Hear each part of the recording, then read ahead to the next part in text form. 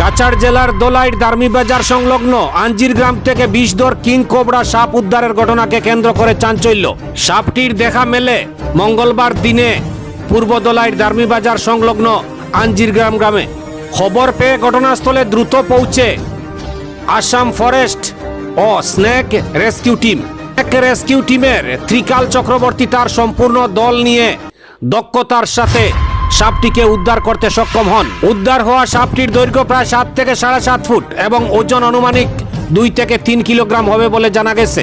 ইতিমধ্যে পূর্বদলাইয়ের বিভিন্ন এলাকা থেকে এমন বিষধর সাপ উদ্ধার করা হয়েছে, তাই এলাকাবাসীকে সতর্ক থাকার জন্য অনুরোধ জানানো হয়েছে। ব্যুরো রিপোর্ট, আমার সোনার কালীগঞ্জ। এই দেখো আই গেছেন তারা, আমরা আর্টিকেল দাও আই গেছেন। আর আজকে অ্যাকচুয়ালি আজকের যেটা যে সাপ ধরার ইয়েটা সেঞ্চুরি, কিন্তু গতকালকে দাদা কইছেন 95, তো আজকেরটা কত নম্বর? 96। তো গতকালকে 99 কইছিল আর কিং কোবরা 96। ঠিক আছে চলো আমরা দেখাইমু। আর দেখতে পারা প্রচুর মানুষ কিন্তু একদম গরমিতে এত কিং কোবরা খেতে লাগে, সবচেয়ে বড় কথা দেখা যাইব কিতা হয়। আর আমরা বন বিভাগের যারা আছেন সঙ্গে ওয়াইল্ড লাইফ অ্যাক্টিভিস্ট চালতা হইছে এই ওয়াইল্ড বরাকবলি ওয়াইল্ড লাইফ রেস্কিউ টিম।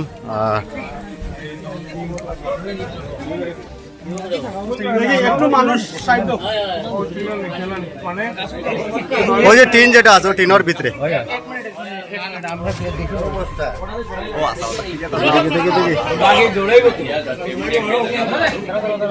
আপনারা সব একটু জায়গা দিবা, দৌড়াইবা তুমি দেখি তুমি দেখি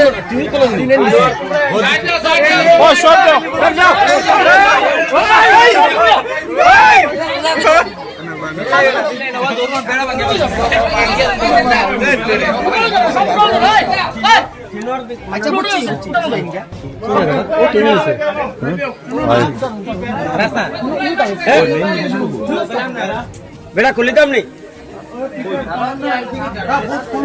মানে খুলতাম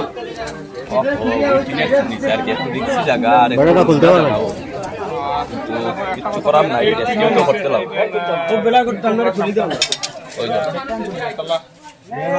ওয়াইল্ড লাইফ রেস্কিউ টিম দক্ষিণ জামালপুর, এটা দক্ষিণ জামালপুর না জামালপুরের মধ্যে রাস্তা আমি কই মাপ ও আমার তালই আর আমার কালো ও টাইম যাই তিনটা উঠাই লাও। ওগুলো নিয়ে রাখো বাবুরে, বাঁচতে লাগবে তো। সাপটা রেস্কিউ করা হয়েছে কিং কোবরা সাপ। এই মুহূর্তে আমরা সঙ্গে আছেন ত্রিকাল চক্রবর্তী দাদা এবং ওনার team, wild life snake rescue team. দাদা এই বিষয়ে কি হবে কিং কোবরা বা এটা? দেখো, কিং কোবরা তো দুনিয়ার সবচেয়ে লম্বা বিষাক্ত সাপ। আমরা তো 3-4 দিন ধরে এই যে অপারেশন চলে, আর যেহেতু আপনারাও জানতে পারছেন যে পৃথিবীর সবচেয়ে বড় বিষাক্ত সাপ। আর এটা বন্যপ্রাণী আইনের আন্ডারে সংরক্ষিত সাপ, মানে এটা মারাটা ক্রাইম। আমরা মানে বরাকবিলি অঞ্চলে এটা পাওয়া যায়। এটা কোনো নতুন কথা না যে এটা আলাদা করে কোন জায়গা থেকে আইসে বা কিছু। যেহেতু দাদারও একটা কোয়েশ্চেন আসছিল যে আজকাল এটা এত বেশি কেন দেখা যায়, তো প্রশ্নটা হচ্ছে যে দেখো, তারা এখন এটা বাইরে হওয়ার টাইম, মানে ঠান্ডার দিন যে শেষ হচ্ছে ফেব্রুয়ারি মাস আর মার্চ মাসে তারা বাইরে হয়, আবা যাবা করে বহুত জায়গাতে, কারণ বৃষ্টিও মধ্যে যা দিছে। তো এলিগা কি হয়েছে কোনো কোনো সময়তে তারা এলাকা বহুত বড় থাকে, মানে এক এলাকাতে একটা ছেলে কিং কোবরা থাকে বা আরেকটা যে ছেলে যায় তারা ফাইট করে এরম। তো ওইটার লিগে আর কি হয় যে বহুত মানুষের এদিকে পাবলিক এরিয়া, তো ওইদিকে ঢুকিয়া এরম তারা রেস্ট করে বা অন্য সাপের পিছিয়ে খাইবার লিগা। তো এটা টেনশনের কোনো কিছু নাই, কারণ আমরা তো আসি, ফোন করলে আমরা সবসময় আমরা আসি। তো আর একটাই রিকোয়েস্ট যে কোনো সময় বাচ্চা, স্পেশালি বাচ্চারা, তোমরা খালি একটু সামনে এসবে যাইও না, কারণ হ্যাঁ দেখছো তো কিরম বাবু ফোনা তুলিয়া ভাগায়। হেও জানে যে হে যদি কামড়ায় শেষ কিন্তু খেলা। তো ওইটার লিগা আর কি যে মানে আমরা ফোন করবেন, আমরা আইমু, আমরা আরামসে এটা ধরিয়া সেফ জায়গাতে ছাড়া হয়ে যাব।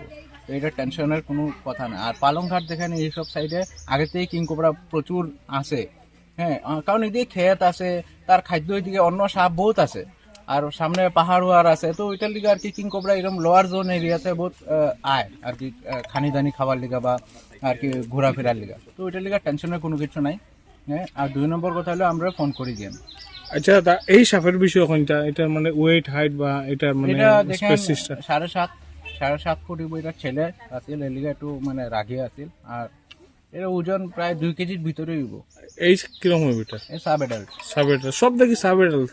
কারণ এখন বড় বড় কিং কোবরা যেগুলি এগুলি আস্তে ধীরে বাড়িব, এখন এগুলি সব ছোট ছোট কিং কোবরা যেগুলি আছে এগুলি আর কি মানে ঘোরাফেরা করে, হঠাৎ করে বড় বড় কিং কোবরাও আই যায়, কারণ কিং কোবরা একটা খাইছিল যে হে নিজের প্রজাতিরও খাই যায়, তো এর লিগে আর কি সবে মানে আর কি এই কিং কোবরা এর লিগে সব সাপের রাজা কয় তাদের। আচ্ছা আচ্ছা।